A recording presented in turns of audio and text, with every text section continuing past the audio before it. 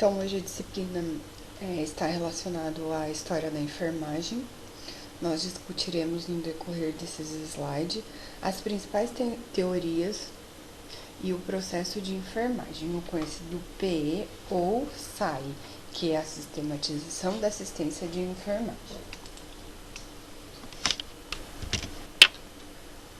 Quando eu falo de teoria, o que eu preciso pensar? A primeira coisa que eu preciso pensar é o que é uma teoria. Então, a teoria é um conjunto de conceitos, definições e propostas interrelacionadas.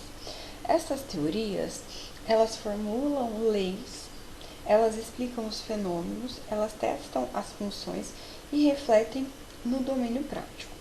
Então, uma teoria, ela vai apresentar uma visão sistemática de um determinado fenômeno e, a partir do momento que eu defino esse fenômeno, eu vou aplicar a prática. Então, a partir do momento que eu sistematizo esse fenômeno, aplico a prática, eu vou identificar se essa teoria é aplicável ou não.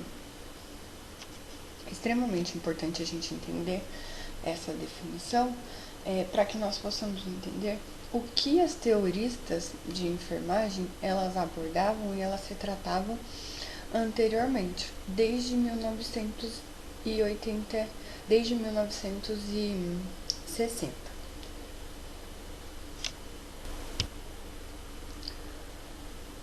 Toda ciência apresenta conhecimentos específicos e próprio e organizado. A enfermagem, ela é considerada uma ciência, logo ela vem, né, nós criamos a profissão enfermagem através de uma teoria. E quais foram essas teorias? Eu trouxe aqui 10 principais teoristas com as suas características. Então, quem foi a teorista e quais as características que ela abordava dessa teoria? Como assim? Então, aqui eu tenho o primeiro quadro de teoristas. Então, eu tenho, né, quem foram essas pessoas que defendiam uma determinada teoria, qual era a teoria dela e quais eram as características relevantes dessa teoria. Tá, mas como assim? Então, por exemplo, quando eu pego Florence Nightingale, ela fundou, né, ela formulou a teoria ambientalista. Nessa teoria ambientalista, quais eram as principais características? Eram as características do meio ambiente e da higiene. O que significa isso? Significa que a Florence, ela defendia que para o processo, que ela considerava que o processo restaurador da doença, ou seja, que a pessoa só melhoraria se ela tivesse as principais características, se ela vivesse num meio ambiente com boas condições sanitárias, num meio ambiente com boas condições de higiene, de luz e que fosse um ambiente confortável. Então, deu para entender? Então, assim, o que eu falo de característica? É o que essa pessoa considerava como essencial para o paciente se recuperar da doença. Então, qual é o processo restaurador da saúde? Para Florence, foi o meio ambiente e a higiene. Em 1952, nós tivemos Peplau. Peplau, ela defendia a teoria do relacionamento interpessoal, que é a interação do enfermeiro e do cliente. A Peplau, ela defendia uma teoria que ela considerava como extremamente importante as condições físicas e mentais como o processo restaurador da doença. Então, as condições do relacionamento interpessoais mentais, tanto do enfermeiro quanto do paciente. Em 1955, nós tivemos Henderson. Henderson defendia uma teoria que chamava Teoria das 14 Necessidades Básicas.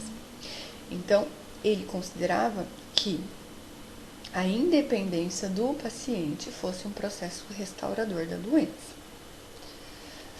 um processo restaurador da saúde, né? Da saúde, da doença para a saúde. Em 1970 nós tivemos Martha Rogers. Então a teoria de Rogers, ela tinha como principais características os seres humanos, unitários e o campo de energia. Então olha só para vocês entenderem, cada teorista, ela defendia uma determinada característica para um processo restaurador da saúde. O que significa isso? Significa que naquela época nós ainda trabalhávamos com o modelo biomédico. O que é modelo biomédico? O modelo biomédico é quando nós olhamos para o paciente e trabalhamos com o paciente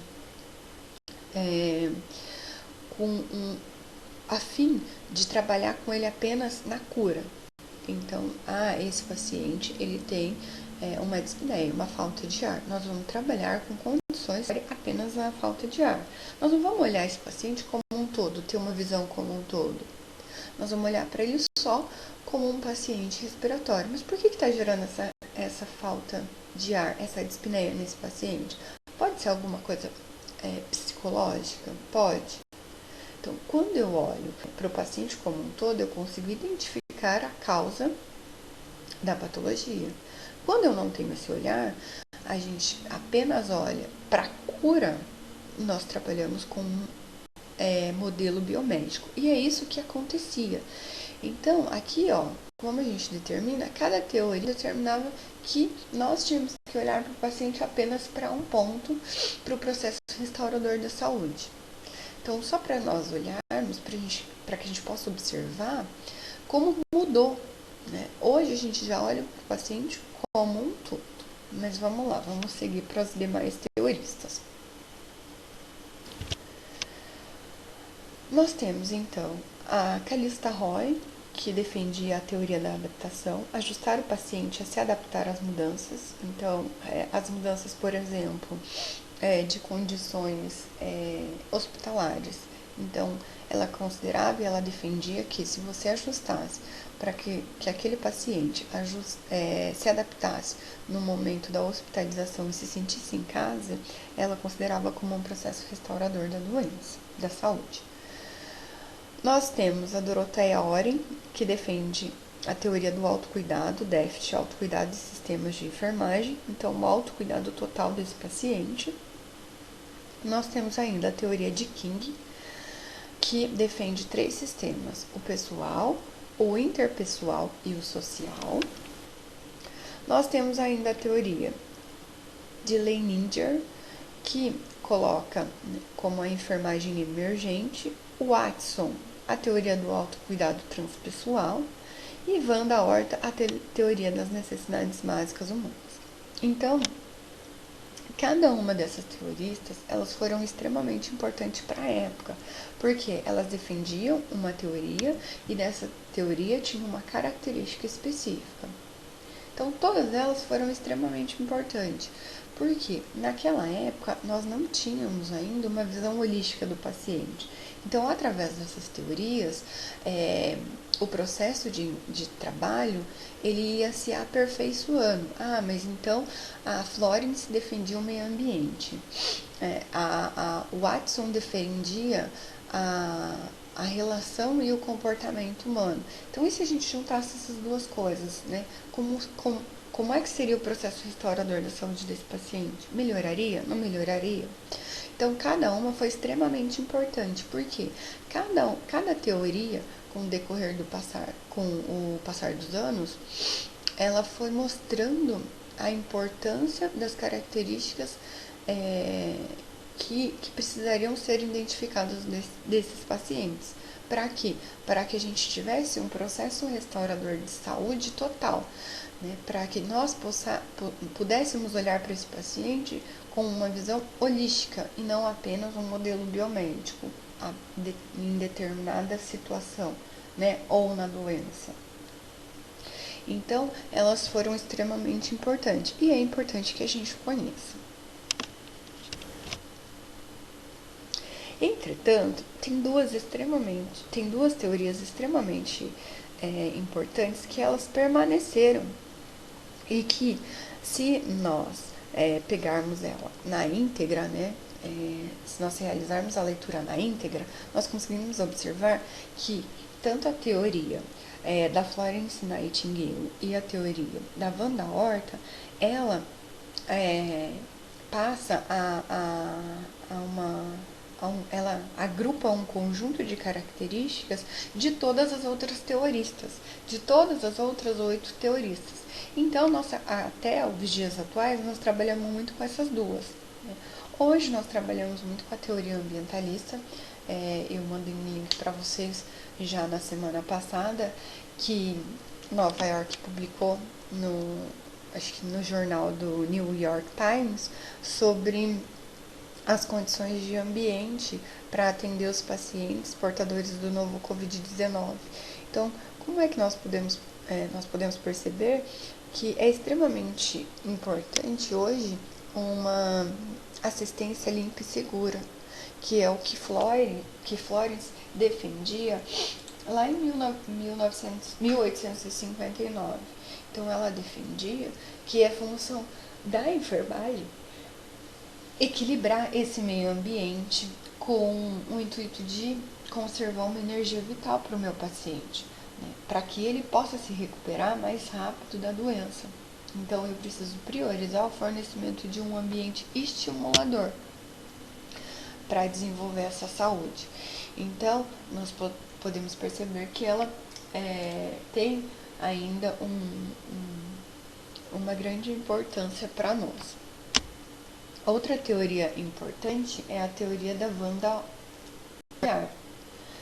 Wanda Horta Aguiar foi uma enfermeira brasileira e ela abordava uma teoria do campo profissional.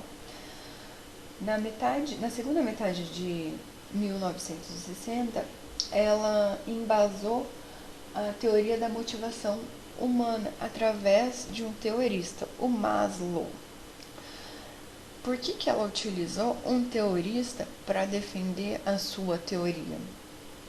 Porque Maslow ele elaborou uma teoria das necessidades básicas humanas. Então, o que é importante, o que é extremamente importante para o processo restaurador da saúde além do meio ambiente? Então, Maslow fez uma pirâmide e ela utilizou essa pirâmide na teoria dele. Então, aqui tem uma pirâmide de Maslow que defende que é importante que nós tenhamos condições boas fisiológicas, de segurança, de amor e relacionamento, de estima e de realização pessoal. Dentro dessa pirâmide, para cada característica, nós temos o que é essencial. Então, quando eu falo das condições fisiológicas de um paciente, eu preciso ter uma visão holística sobre a respiração, a comida, a água, sexo, sono, homeostase e excreção. Então, é extremamente importante as condições dessa pirâmide de Maslow. Então, Wanda Horta Aguiar, ela colocava que a enfermagem, ela assiste o ser humano no atendimento das suas necessidades básicas, utilizando o conhecimento científico. Então, a partir daqui, além da teoria ambientalista, eu preciso me atentar ao paciente, que eu preciso ter uma visão para ele, na verdade, de um todo, né? Olhar as condições biopsicossociais. Então, não olhar para ele só como um paciente doente. E através, então, da teoria de Maslow e da teoria ambientalista, nós tivemos a necessidade de criar um processo para o trabalho da enfermagem. Então, eu falei para vocês, né, sobre as teorias, quais eram as características e as condições essenciais, e que nós tivemos um grande avanço na história da enfermagem, porque nós trabalhávamos com um modelo biomédico e a partir do momento que nós tivemos as teoristas, nós tivemos um salto para uma visão holística desse paciente. Mas, para que eu possa trabalhar com esse paciente, para que eu possa ter essa visão holística, é importante que eu trabalhe com um processo, que eu sistematize esse cuidado. Então, a partir de que momento eu vou estar atendendo aquele paciente e olhando para ele, atendendo ele e olhando para ele de uma forma biopsicossocial? Como que eu faria isso? Então, Wanda Horta Aguiar foi uma enfermeira também que criou o processo de enfermagem aqui no Brasil. Hoje, o processo de enfermagem é conhecido como a sistematização da assistência de enfermagem, a SAI. No próximo semestre, nós começamos a fazer a SAI. Ela é bem gostosa porque nós realizamos prescrições de enfermagem. Então, só para vocês entenderem, né, a definição de um processo de enfermagem, ele é um processo, um método que direciona e organiza de forma sistematizada o trabalho do enfermeiro, que foi o que eu acabei de dizer para vocês. Ele vai dirigir dentro de uma ordem e de um modo sistêmico. O que eu vou fazer para ter essa visão holística com esse paciente?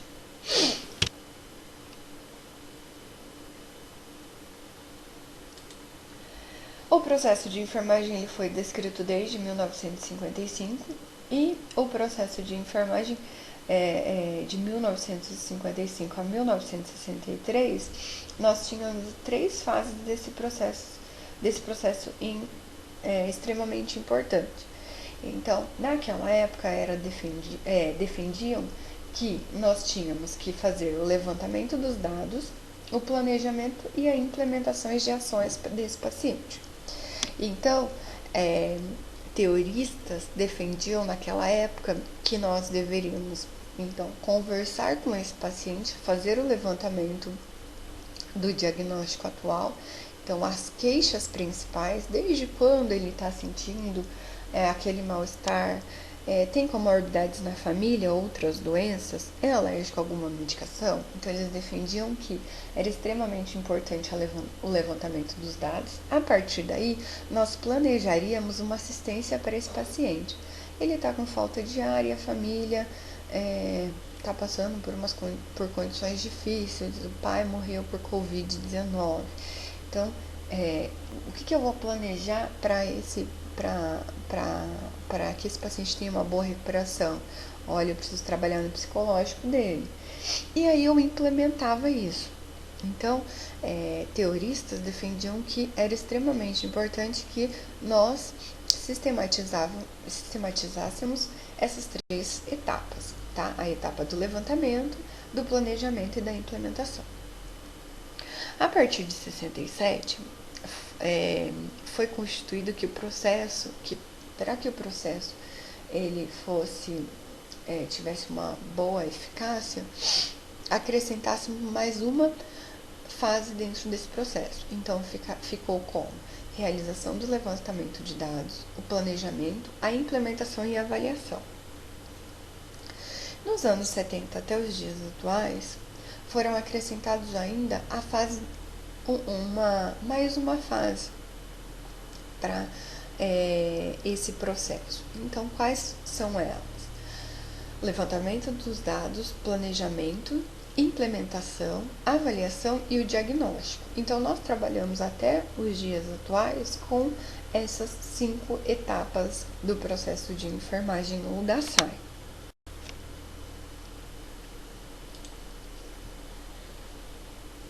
Então, quais são as etapas do processo de enfermagem e o que ele faz? Então, o processo é um método organizado para o cuidado. Então, ele vai prevenir as repetições desnecessárias, ele vai proporcionar melhor comunicação, vai focalizar nas respostas e vai encorajar o paciente na sua recuperação.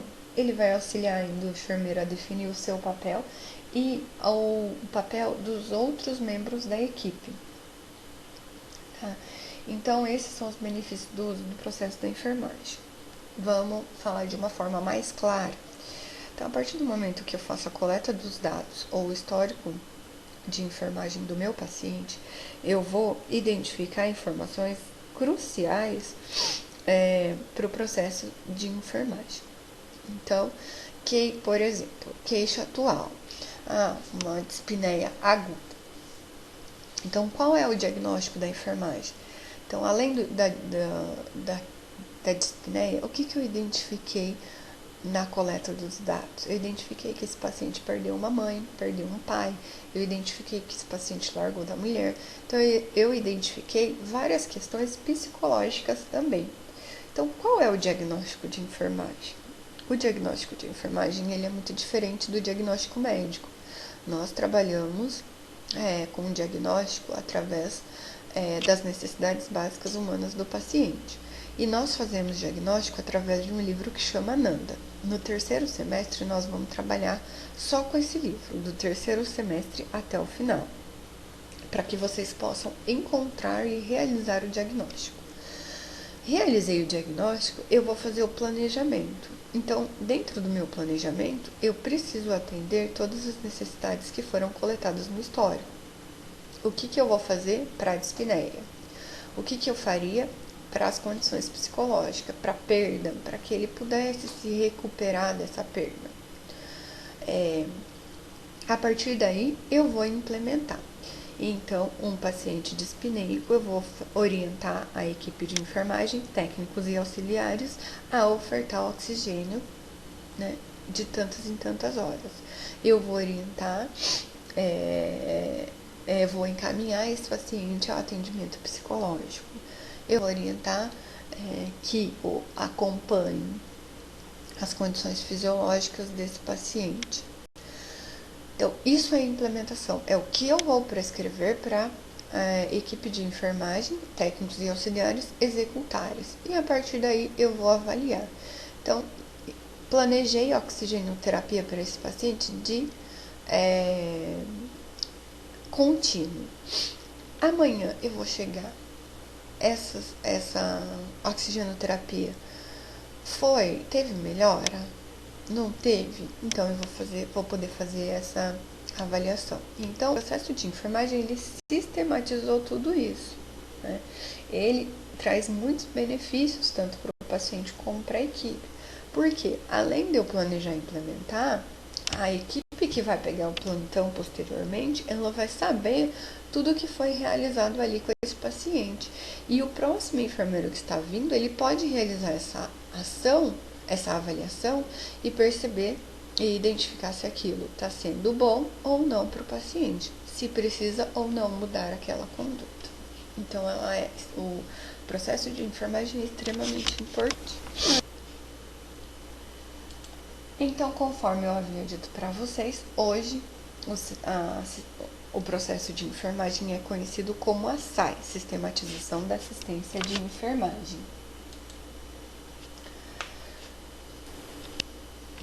A SAI, ela está estruturada, né, ela vem de um alicerce estrutural, e o processo de enfermagem e a SAI, elas estão implementadas no Brasil desde 1987, através da Lei 94.406. Então, ela definiu a elaboração, né, da prescrição da atividade como atividade privativa do enfermeiro para melhorar a sua incorporação. Ou seja, quem trabalha com todas as etapas da SAI? Somente o enfermeiro. Técnico e auxiliares não executam a SAI. Através da Resolução 358 de 2009, o Corém ele preconizou que a assistência ela deve ser implantada em todo ambiente de saúde. Então, nos hospitais, né, seja pronto atendimento, clínica médica, clínica cirúrgica, UTI. Então, eu não posso deixar de realizar a SAI. Por quê? Porque caso eu não realize a SAI, não tem como o enfermeiro ele ser respaldado do que ele executou. E aí a gente passa a trabalhar somente com o modelo biomédico, ou seja, centrado somente no diagnóstico do médico, o diagnóstico que ele levantou, tá? Então, é extremamente importante a SAI. O enfermeiro ele não deixa de fazer a SAI em nenhum momento. Por quê? Nós respondemos, né, através do Código de Ética, por condições que são realizadas no momento do atendimento do paciente. Então, caso eu não tenha a realização da SAI, não tem como eu provar, né, de uma forma sistemática o que eu realizei, quais foram as ações que eu realizei no decorrer daquela internação daquele paciente, tá? E aí pode me acarretar danos ou problemas na carreira profissional, que é o que nós vamos falar na próxima aula, sobre o código de ética. Então, o que o código de ética prevê? Né? Quais são as nossas proibições? Quais são as nossas obrigatoriedades? Tá? Então, nós vamos discutir esse assunto bem a fundo na próxima aula. Aqui estão as referências bibliográficas encaminhadas para vocês. Então, vocês têm um livro sobre o processo de enfermagem da Wanda Horta, que nós utilizamos até hoje. E eu vou enviar uma atividade. A atividade ela vai ser corrigida da mesma forma que foram gravados esses slides, serão realizados a correção das atividades encaminhadas para vocês, tá? Que tenhamos todos uma ótima semana, fiquem com Deus.